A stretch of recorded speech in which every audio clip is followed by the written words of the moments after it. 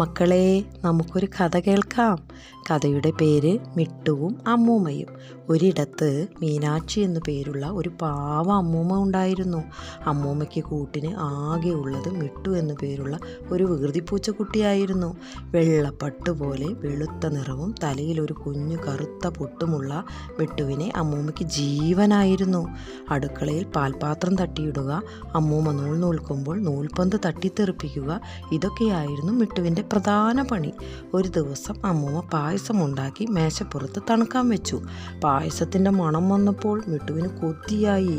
അമ്മൂമ്മ പുറത്തുപോയ സമയം നോക്കി മിട്ടു മേശപ്പുറത്ത് ചാടി വീണു. മേശപ്പുറത്ത് ചാടി കയറി പായസം കുടിക്കാൻ തുടങ്ങി. കൊതിയുടെ ആവേശത്തിൽ പായസം മേശപ്പുറത്തും തറയിലുമെല്ലാം തെറിച്ചു വീണു. മിട്ടുവിൻ്റെ ദേഹത്തും വാലിലുമെല്ലാം പായസമായി.